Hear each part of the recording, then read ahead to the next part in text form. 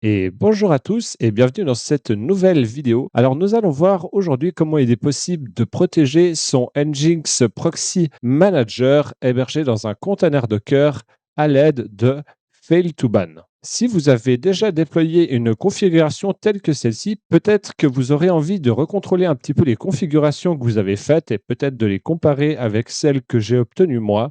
Et n'hésitez pas à me faire part en commentaire des éventuelles suggestions de configuration que vous pourriez avoir. Donc dans ce guide, on va déployer un fail2ban afin de protéger des services qui se trouvent derrière un Nginx Proxy Manager dans un container Docker. Pour les commandes mortelles, vous allez voir, mais si vous le déployez, que ça a peu d'utilité, hein. Il ne va pas être très sollicité, vous n'allez pas faire l'objet de gros scans, etc. Donc voilà, l'intérêt, il va être plutôt didactique que réellement pratique. Donc dans ce cas-là, pour mon test, j'ai déployé déjà Nginx Proxy Manager et un service Docker que l'on va chercher à protéger. Donc dans ce cas-là, il s'agit de Portainer. Donc on voit que j'accède à Portainer au travers d'un nom de domaine. Donc dans ce cas-là, pas en HTTPS, mais ça n'a pas d'importance. On va agir à un niveau en dessous. L'important, c'est qu'on ait vraiment ce nom de domaine et que notre trafic transite par Nginx Proxy Manager. Donc pour commencer, la première chose à faire, ça va consister à télécharger tous les dossiers et documents dont vous allez avoir besoin pour démarrer la configuration de protection de Nginx Proxy Manager avec Fail2ban. Fail2ban comprend en effet une série de protections de base, mais il n'est pas du tout prévu pour pouvoir protéger Nginx Proxy Manager et encore moins lorsque celui-ci. En effet, le fait que Nginx Proxy Manager soit installé sur l'hôte ou dans un container Docker va totalement changer la manière dont vous allez devoir déployer celui-ci. Donc cette configuration-là, elle ne s'adresse vraiment qu'à une installation dans le cas où Nginx Proxy Manager est dans un container Docker. Et dans tous les cas, quoi que vous fassiez, je vous recommande évidemment de tester vraiment attentivement le bon fonctionnement de Fail2ban, mais ça, on va y revenir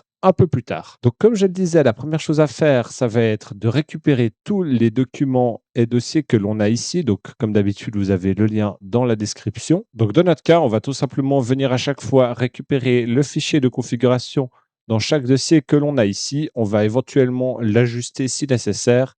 Et puis, on va démarrer notre service. Donc, la toute première chose à faire, ça va consister à installer Fail2ban sur notre hôte. Donc, en l'occurrence ici, mon Open Media Vault de laboratoire. Donc, pour ce faire, on peut utiliser la commande suivante, apt-get install Fail2ban. Donc, dans mon cas, il est déjà installé. Donc, c'est OK ainsi. Et on va directement aller voir déjà pour commencer si notre service Fail2ban a bien démarré. Donc, pour cela, on peut utiliser la commande service status all et on voit que notre service Fail2ban ici a correctement démarré. Donc pour ça, on est bon pour le moment. On va se rendre dans le dossier de configuration de Fail2ban dans lequel on retrouve finalement les dossiers que l'on a ici. Et maintenant, donc, on va effectuer l'installation des fichiers qui vont nous permettre de déployer la configuration de protection de notre Nginx Proxy Manager. Donc, on voit que dans le dossier ActionD, on doit créer un fichier qui va s'appeler npm.conf. Donc, on va tout de suite créer notre fichier npm.conf. On va venir éditer celui-ci en plaçant le contenu finalement que l'on retrouve dans ce fichier-là. On va faire de même pour notre fichier de filtre. Donc, dans filter.d, on vient créer un nouveau fichier et on vient lui placer le contenu que l'on a retrouvé également ici. On enregistre également et il nous reste à venir chercher le fichier de jail. Dans ce cas-là, ici, vous avez deux fichiers. Vous avez un fichier qui s'appelle npm.local et un fichier qui s'appelle npm-docker.local. Le premier va être dans le cas où vous souhaitez installer Nginx Proxy. Le premier va servir dans le cas où vous installez Fail2ban dans le container. C'est évidemment possible. En l'occurrence, je vous le déconseille afin que ce soit beaucoup plus résilient de l'installer sur l'autre. Le problème, c'est que dès que votre container va être mis à jour, eh bien, Fail2ban va tout simplement disparaître. Donc, en faisant ces configurations sur l'autre, on est beaucoup plus résilient. Et donc, en l'occurrence, il faut qu'on utilise notre fichier ici qui s'appelle npm.local. Donc, on va venir à nouveau créer notre fichier npm.local et on vient effectuer l'enregistrement de notre fichier. Ce fichier il contient pas mal de paramètres importants qui vont définir le comportement de notre Fail2ban. Il y a notamment ici une whitelist, hein, donc c'est une liste blanche. Ces adresses IP-là ne seront pas bloquées. Donc par défaut, en gros, tous les sous-réseaux locaux sont autorisés, car nous, ce que l'on cherche, c'est avant tout à se protéger contre les accès qui vont être effectués depuis le réseau public. Dans notre cas, on va juste enlever ce sous-réseau-là, qui est mon sous-réseau, parce qu'effectivement, je n'ai pas accès du côté, car en effet, je n'ai pas accès au côté public de mon hôte, donc on va devoir effectuer cela directement depuis mon réseau local. Donc, on va enlever ce sous-réseau-là. Donc, on va déjà enregistrer cela. On voit ici qu'on a un max retry de 8. Donc, 8, ça correspond au nombre d'erreurs qu'un client qui se connecte va pouvoir commettre. Donc, soit en scannant des dossiers qui ne lui sont pas autorisés, soit en faisant des erreurs d'identification sur vos différents services que Nginx Proxy Manager va détecter. Et ça, c'est très important, c'est que le fonctionnement de Fail to Ban avec Nginx Proxy Manager va vraiment dépendre de la manière dont les autres que vous avez derrière renvoient les codes d'erreur. Donc, pour la plupart, ça marche très très bien, mais par exemple, Synology ne renvoie pas de code d'erreur. Donc, en l'occurrence, dans le cas où on fait des erreurs de connexion sur le Synology, celui-ci ne va remonter aucune erreur et au fait, ça va être totalement transparent pour Fail to Ban qui va finalement pas pouvoir intervenir parce que pour lui, il n'y a pas à intervenir. Donc voilà, on va avoir le droit à 8 erreurs et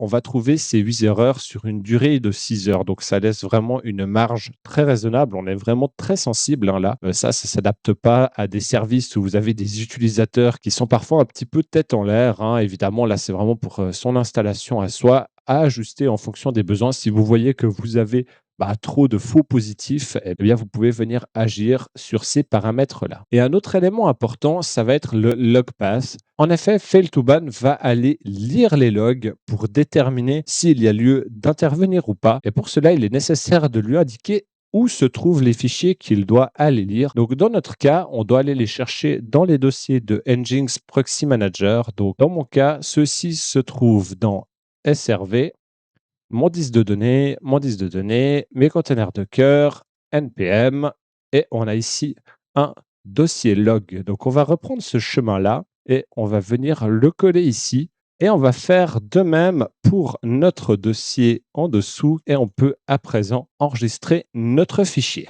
Maintenant que tout ça est en place, on va devoir redémarrer notre service Fail2Ban pour voir s'il prend bien en compte les nouvelles configurations. Donc, pour ce faire, on va utiliser la commande service Fail2Ban restart. Notre service semble avoir bien redémarré. On va aller contrôler avec la commande service status all et on voit que notre service a bien démarré.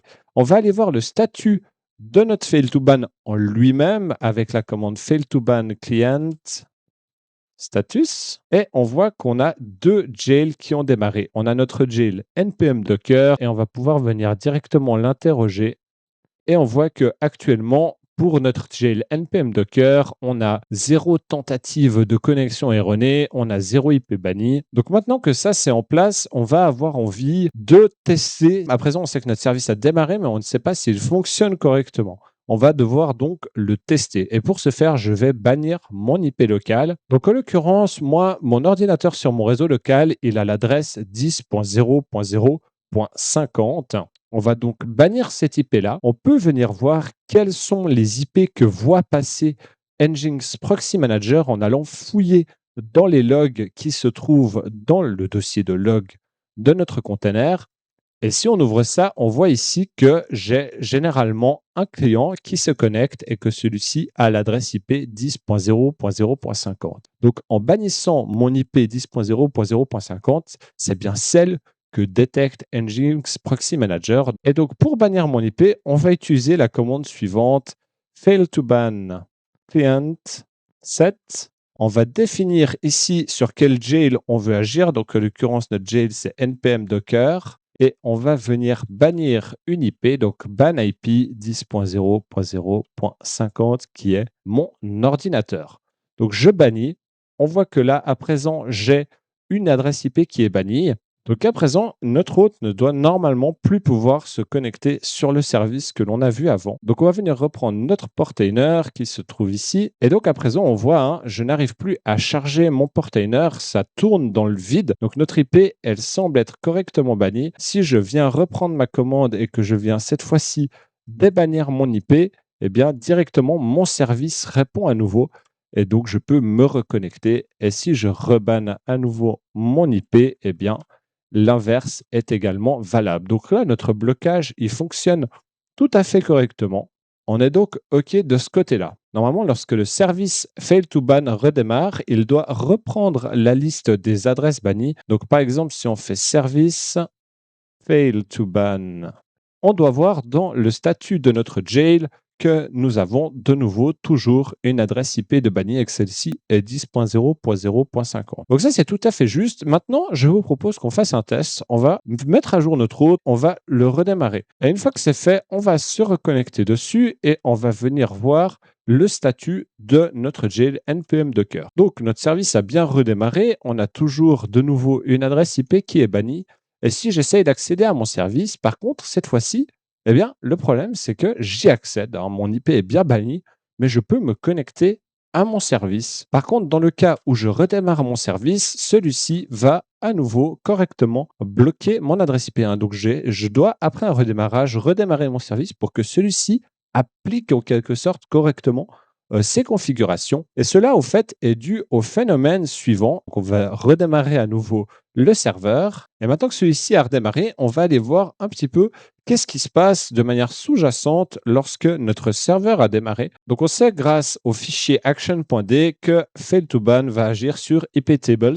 Donc, on va aller voir du côté de iptables qu'est-ce qui se passe et où est-ce qu'on en est si on retrouve bien tous nos petits. Donc, pour ce faire, on va utiliser la commande iptables-l qui va nous donner toutes les configurations de notre pare-feu. Donc, en l'occurrence, on voit que j'ai ma chain fail2ban npm docker qui vient se placer, au fait, tout à la fin, après tout ce qui est lié finalement à l'isolation de cœur et à toutes les configurations de cœur. Et comme en fait toutes ces données sont procédées dans l'ordre, dès qu'un paquet finalement trouve un chemin qui lui correspond, avec une règle qui lui correspond, donc soit on accepte ici, soit on blocage lorsqu'on le définit, eh bien, il va tout simplement prendre ce chemin-là. Et on va voir que si je redémarre mon service fail to ban et que je reviens checker mon iptables, suite au redémarrage, on voit que ma chain fail2ban npm docker s'est placée en premier.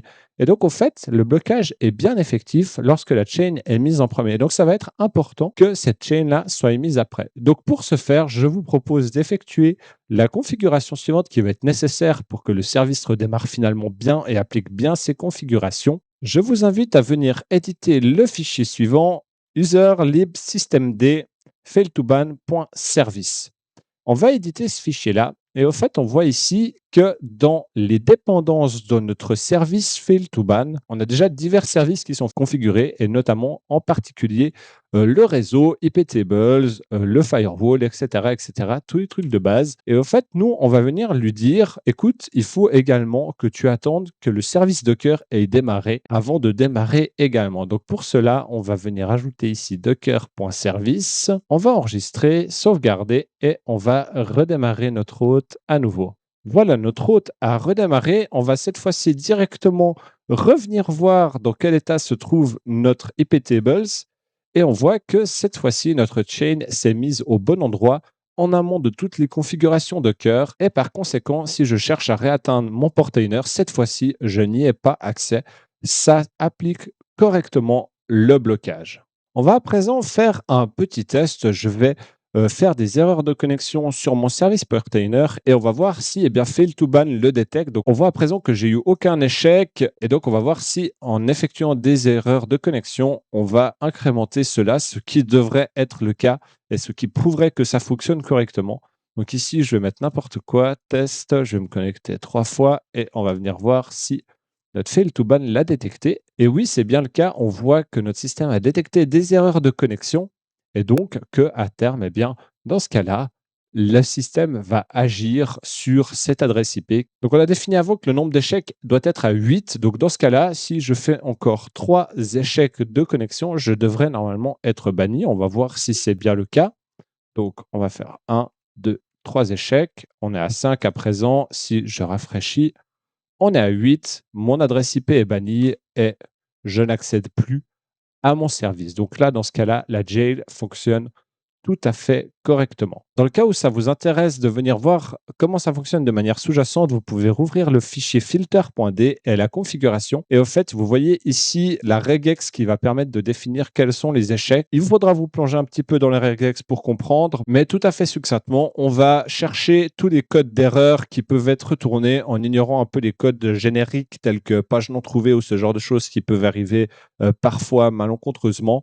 Et puis ici, cette ligne-là, au fait, elle va permettre de détecter des scans dans le cas où des gens cherchent à atteindre les pages d'administration de vos services. Donc typiquement ici, hein, on voit les VP admin et tout ce genre de choses. Eh bien, au fait, ça, cette ligne-là va protéger contre ces tentatives-là. Donc voilà, c'est assez intéressant. Fail2ban comprend également un testeur de regex. Donc vous allez pouvoir tester votre ligne ici sur un de vos fichiers de log pour voir si ça remonte correctement. Donc dans le cas où vous avez malheureusement des faux positifs ou envie d'ajuster pour un service différent, vous allez devoir passer par ça, passer par un peu de testing et comprendre un peu comment fonctionnent ces regex. Et à nouveau, pour tester vos regex, je vous conseille d'utiliser l'utilitaire de Fail2ban qui est finalement celui qui est le plus adapté pour faire ce genre de test. Donc voilà, c'est déjà tout pour cette vidéo. J'espère vous avoir appris quelque chose et que ça vous a intéressé.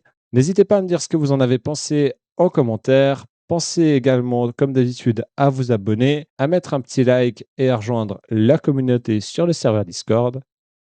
Et je vous dis à la prochaine. Ciao, ciao.